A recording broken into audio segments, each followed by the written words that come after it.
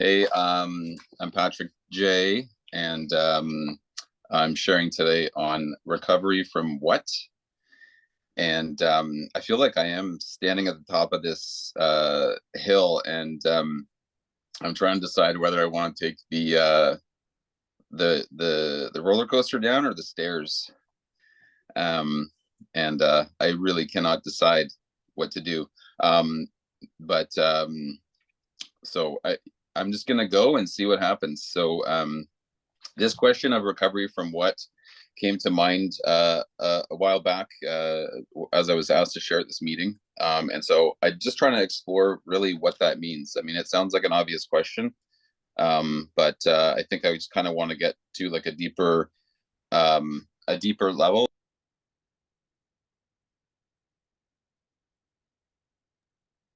We lost, you got muted. Thanks. I looked up a definition of recovery, and it said to return to a normal state of health, mind, or strength, to find or regain possession of something lost or stolen. So I think the way I'm going to do this, and hopefully this works, is I'm just going to kind of go a little chronological. I'm going to try and hit on my notes. So basically, I'm looking at this recovery as like a journey, and I started out this journey. I can't really remember a lot before the age of 7, but around the age of 7, I had a connection, and that connection was with God, and I made a commitment to invite Jesus into my life, and around that time, some other things, as I reflect, started to take place in my life. And there was certainly circumstances that were going on for me that obviously contributed to this, but I found that yeah, I was making decisions in my life um, to deal with life, you know, and to deal with difficulty in my life. Um, and So I was trying to deal with pain, and trying to understand the world around me. And what that ended up looking like for me was I turned inward. I turned into myself. And for me, it was like a kind of a sexual avenue,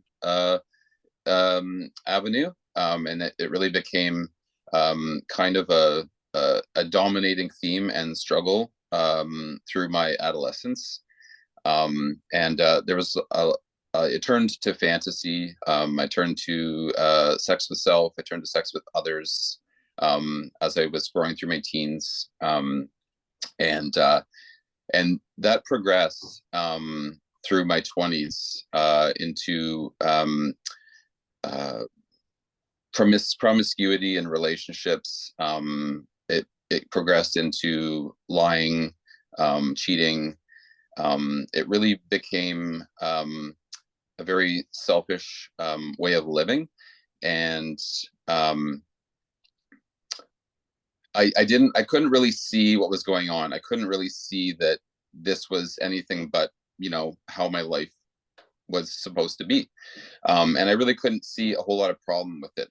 However, I did feel disconnected, and I knew that I was hiding a lot of stuff, and I knew that I did not feel like myself, and I felt more and more disconnected, and I couldn't figure out, you know, what was going on, but I was just accepting this as like, I guess this is my course for life. um, and Eventually, around the age of 30, um, the the pain that I was experiencing, and the powerlessness, and um, the hopelessness, um, and the confusion um, became so great, um, that I couldn't handle it anymore. I couldn't tolerate it, um, and this is where so uh, kind of just to kind of come back to that question of recovery from what. So I felt that when I started my life, I made a connection to God, and so I was sort of committing to this life with him. And by the time I'm 30,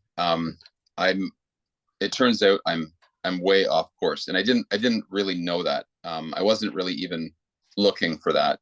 But I found myself in a place that I didn't know how I got here. I didn't know who I was or what I was doing.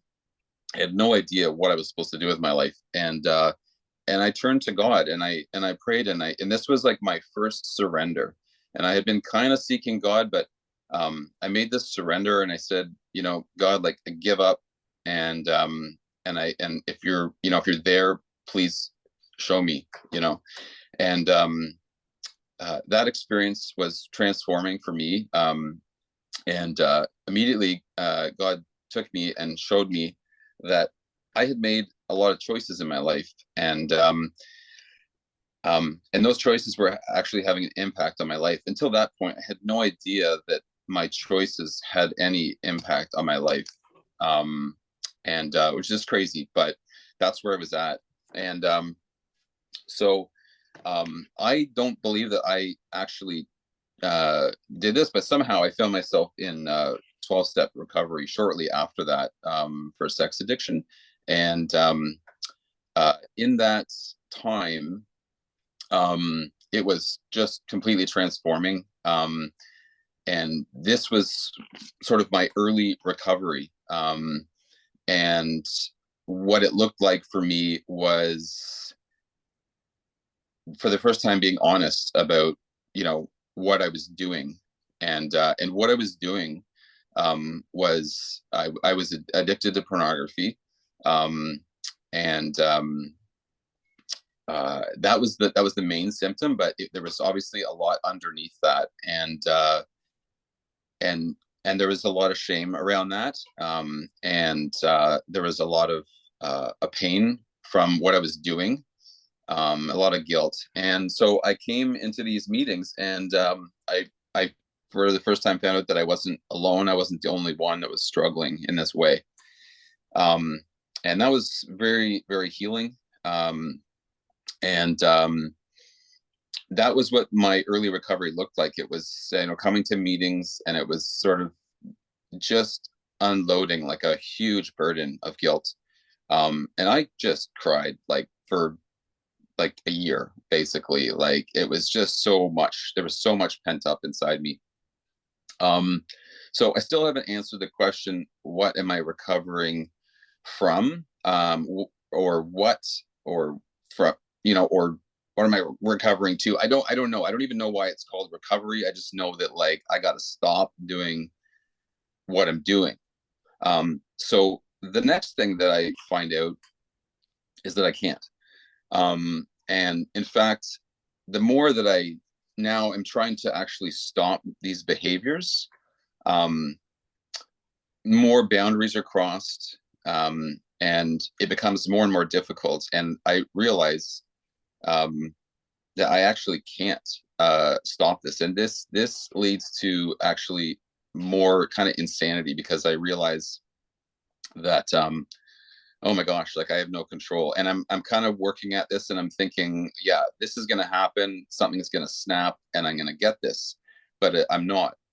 And I remember in those early years, I thought, man, if I can just stop this acting out, if I can just stop this behavior, that's all I got to do. I'll be good. I've come to learn that that's actually, that's only really the surface of recovery. And that's kind of where I was living at, in the beginning. But that's just part of my journey. And from there, I kind of going to move into like another stage of recovery, which was, I began to see kind of patterns, and I had really been honest, and I had been sharing, and I had really had this kind of like circle of like recovery, and it kind of became a way of life for me, and it kind of, it almost became a bit of an identity, and especially in non-recovery environments, like I would say like a church, for example. I kind of made this like my identity. Like, I was like the honest guy, I was the only guy that would sort of like say, hey, I'm struggling with like porn. Like who talks about that? you know, but I sort of took pride in it. I was like, yeah, like at least I'm being honest, you know. But and I did get a lot of support, and I did meet some guys along the way that so, most of which I'm still in contact today, and it's a really good thing because it's helped me to see where I've come from. But it also kind of drove the insanity because after of hey, I'm back where I don't want to be. And I think there was a bit of a lack of understanding, like, well, why are you doing, why are you doing this to yourself, and really that was a part of the insanity as well. Was I remember once thinking, oh my goodness, like this is completely in my control. Like all I have to do is like choose not to do this, because you know, talking about like allergy, like my allergy was to lust, and when I took it in, like I was sick, and my thoughts became sick, my actions became sick. I was a sick person walking around being sick on everyone around me. Um and um so um so that's where I was at, kind of like in my sort of like, I would say like my middle kind of recovery at this point. Um and I, I I I needed to kind of press on from that. And I'm just bear with me for a second because I feel like there's something else I want to add in there.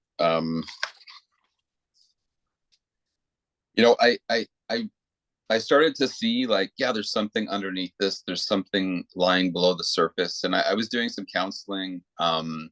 And I started I did LifeLab. I started to kind of touch on the steps, like not a whole lot, but like I was digging, and I was seeing like there's something under the surface. And I think during that time, that I really had some breakthroughs in terms of recognizing lies. That was a big thing for me. It was lies that I had believed, and told myself, and I was able to see them, and that was certainly helpful.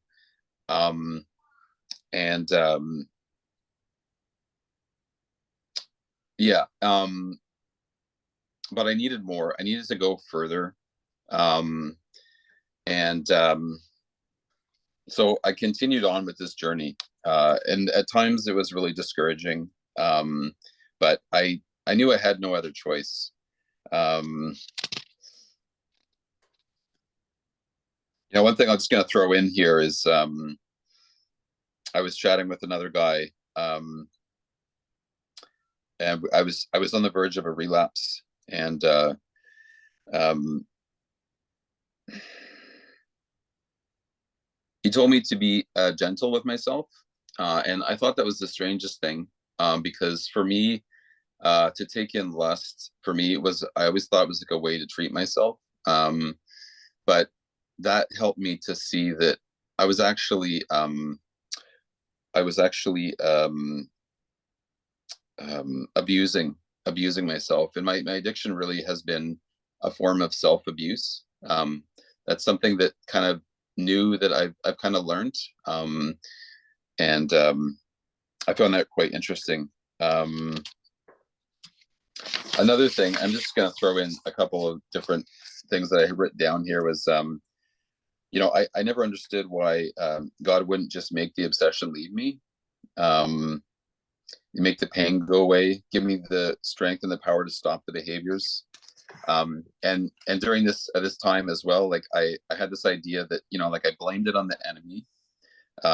He was the one deceiving me, lying to me, and I'm just no match for him. But thankfully, there's God, But even at that point, I was missing a significant part of the equation, which was me, which was my part and what I was doing. And I was kind of treating recovery like a spectator sport. I was like just waiting, like, wow, when's God gonna, win the battle, and I'm gonna be all fixed up and good.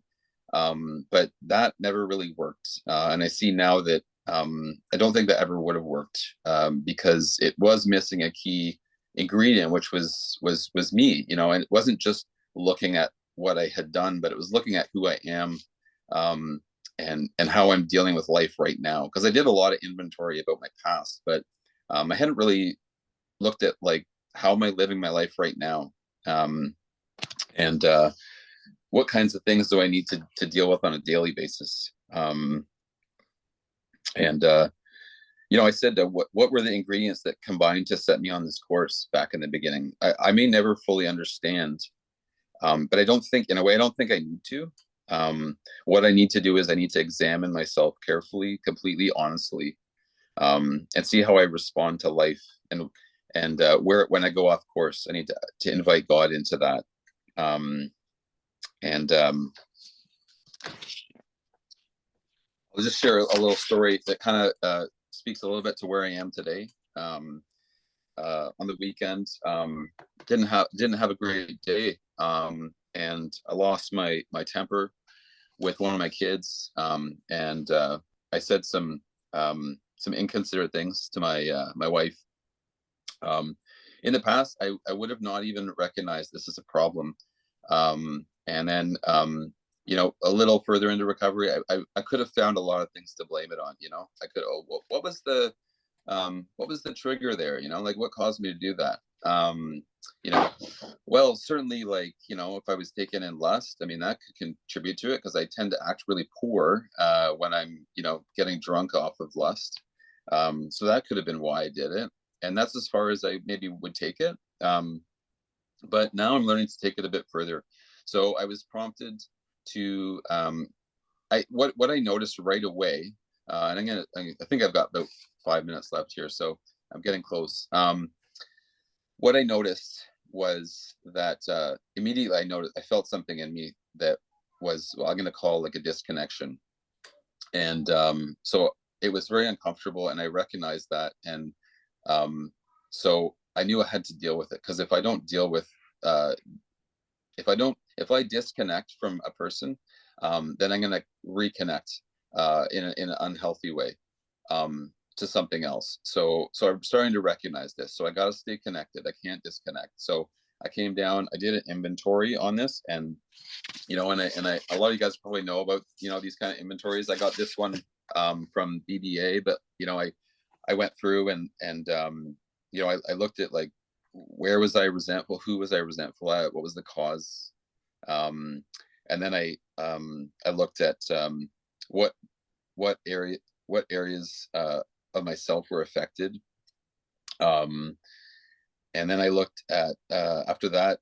do I do this to other people, do I treat others the same way, um, and then once I did that, I was able to ask God to remove my anger and show me how to love my son and my wife, um, and then from there, I could look at what were the motivations, like what motivated me to do this, and so I look at I look at what were the selfish actions and thoughts that I was taking, and what lies was I believing, and ultimately what were the fears that were driving all of this, um, and that puts me in a place to forgive, and that makes me willing. That sets me in a posture to be willing to make things right with others.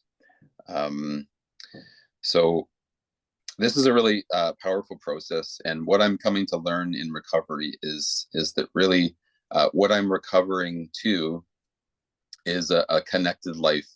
And as I shared in the beginning, I started to disconnect, and I don't exactly know why, and I might never know, but I started to disconnect, and I turned inward, and I plugged into fantasy, and just I plugged into myself basically.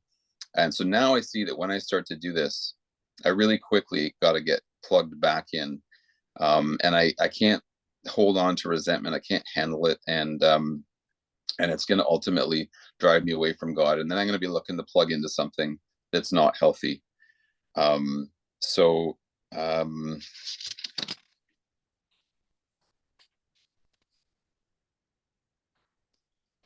would like to finish the talk, and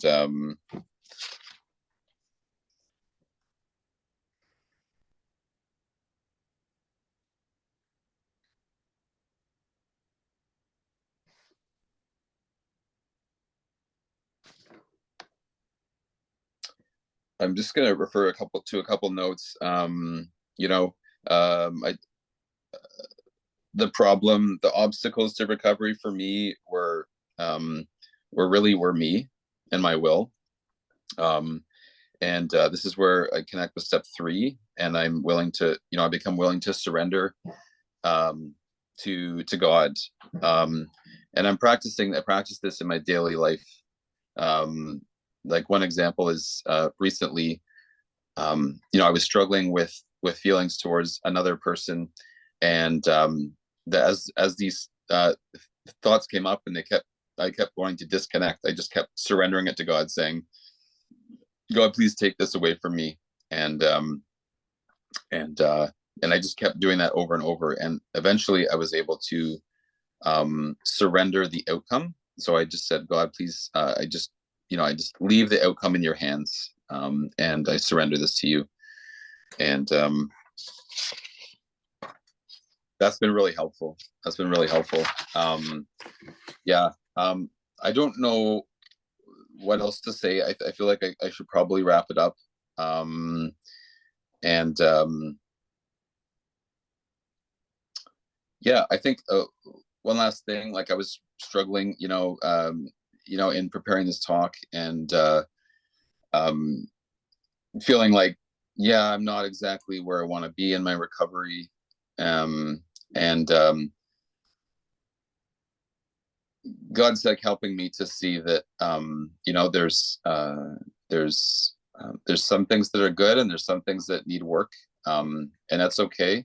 And and part of what recovery, I think, for me really is to be vulnerable in that, and this group has really been has been helpful for me. I've been able to see that in others, and it's been very encouraging. So I think I will leave it there, and welcome your look forward to hearing what others have to share. Thanks.